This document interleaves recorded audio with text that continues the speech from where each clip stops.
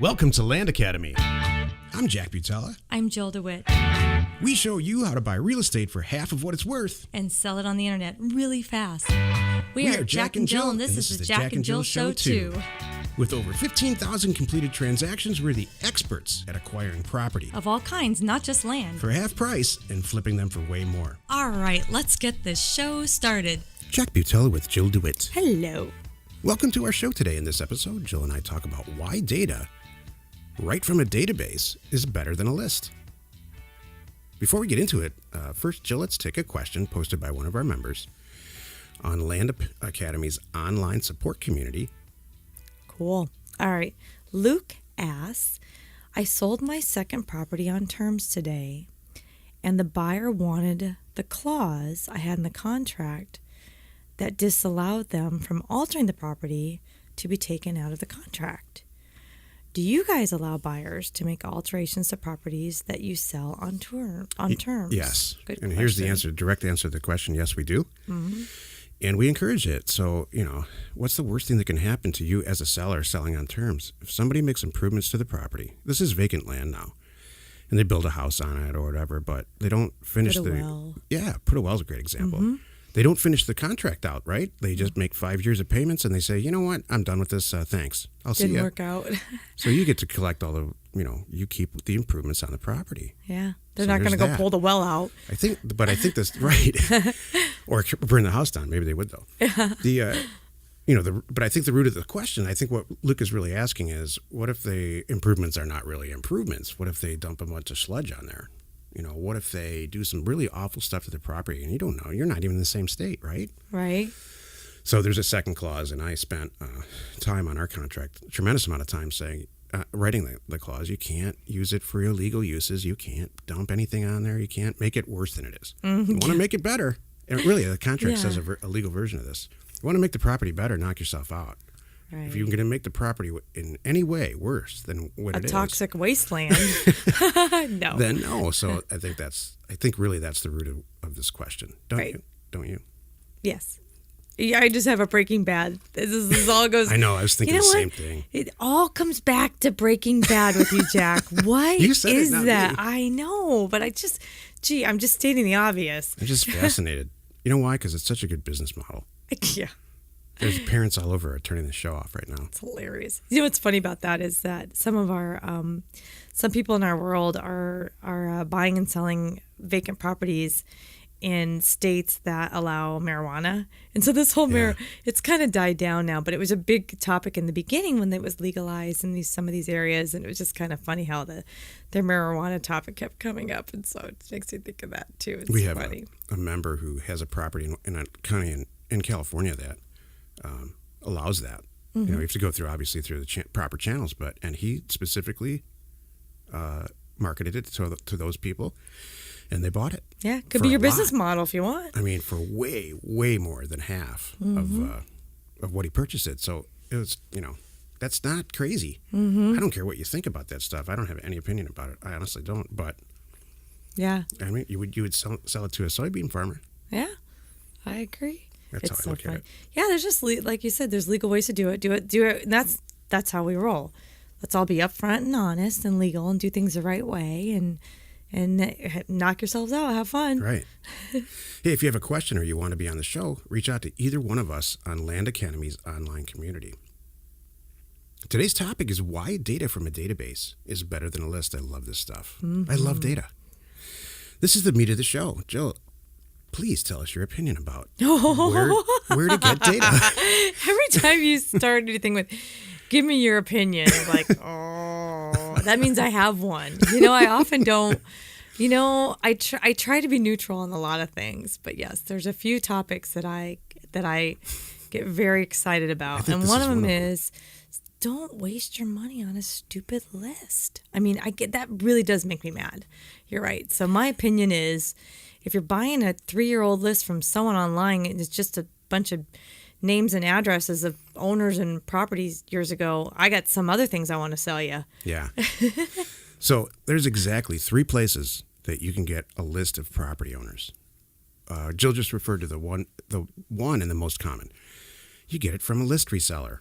It might be, would you eat food that you don't know what's in it? Would No. you ever do that? No. You would never do that. So why would you ever use a list to send out in the mail?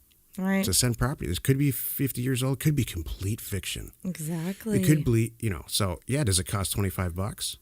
Okay, well, you're only going to spend about 50 getting the data the exact right way. Right. All right, so that's number one is a list. Number two is go call the county.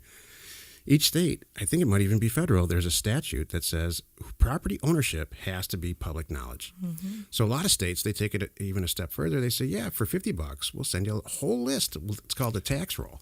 We'll send you the list of everybody who owns property in the whole county, regardless if it's an office building or a trailer park or a house or a piece of vacant land.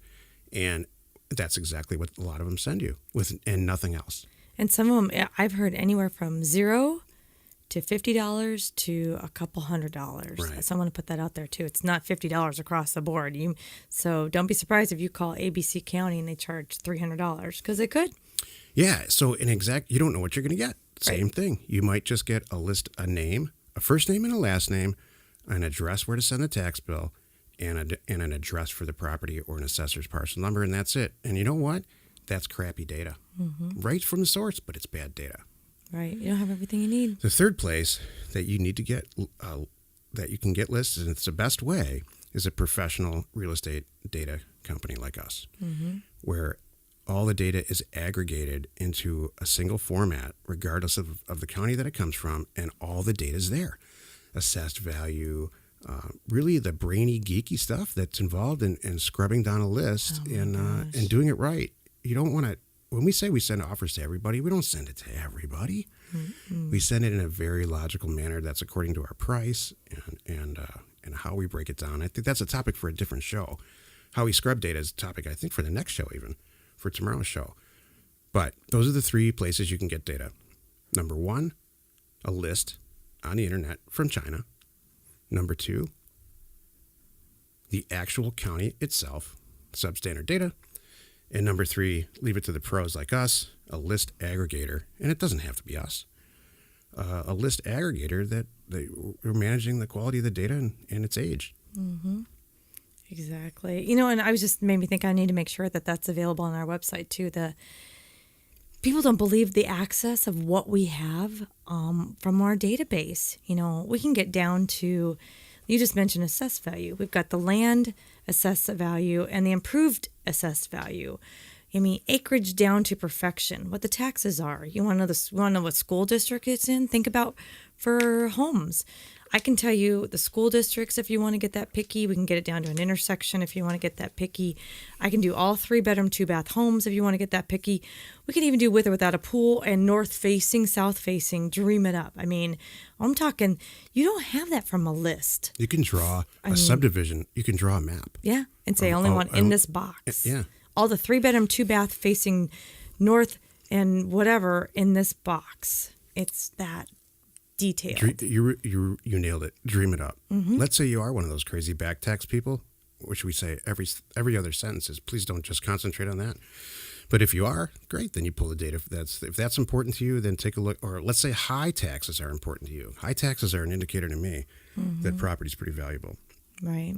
Everybody sees data a little bit differently, but no one is going to learn anything if you don't have all the data in front of you to make those choices as you go. Exactly. You learn every mailer we send out. I learn a little more. Like, oh, maybe we could use this data for something. Mm-hmm. Yeah. Every time I go in there, you're right. That's why I wanted to pull that list up. It made me think right now. What? Every time I look at that list, I'm like, oh wow, I can even look at that. Even mortgage information too. Yeah, mortgage value. So that's good for a lot of people in our world. Lien value. That there's people that use our data for other things.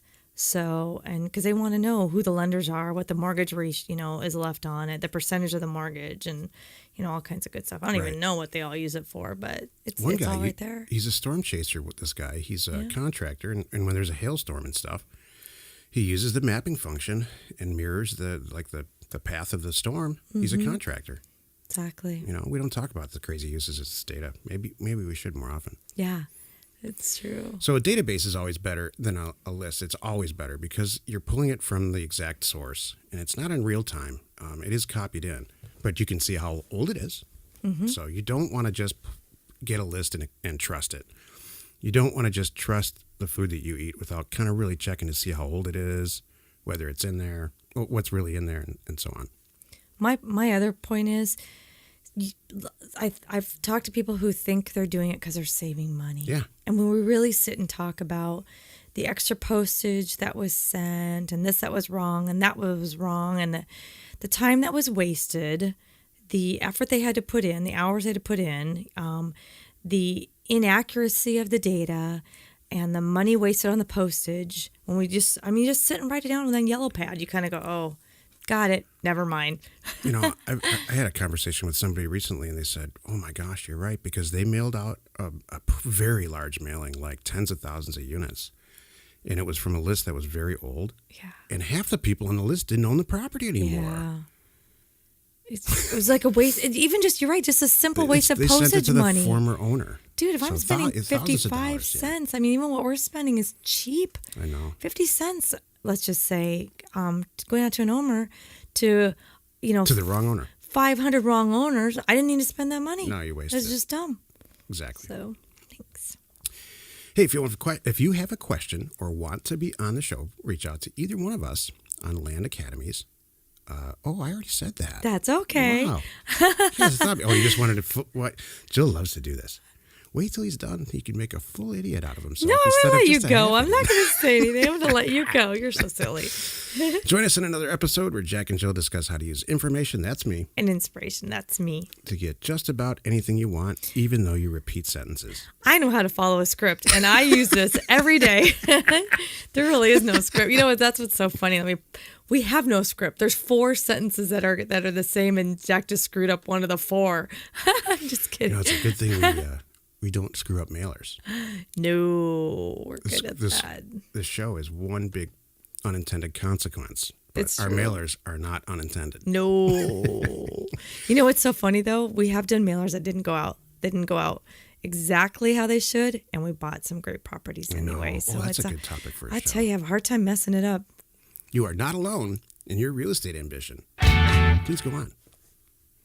Oh, about that? Go on. What? Who are you talking to? No, yeah. I mean, we made huge mistakes in mailers in the distant past and ended up in acquisitions. Exactly. We just sent out, insane offers for some of these really great properties, and then we still bought some because they're like, yeah, you know what? Take it.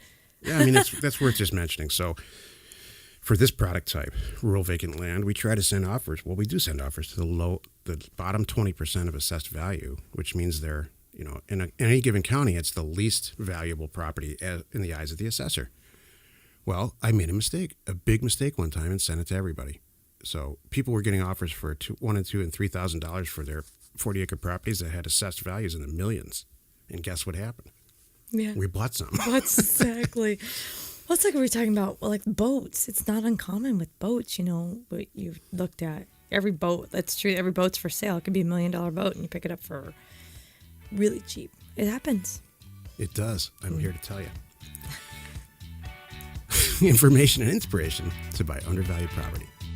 We are Jack and Jill, and this was the Cash Flow from Land Show. We are the experts at acquiring property Of all kinds, not just land. for half price, just so we can flip it for way more. And really fast. Thanks for listening. You are not alone in your real estate ambition.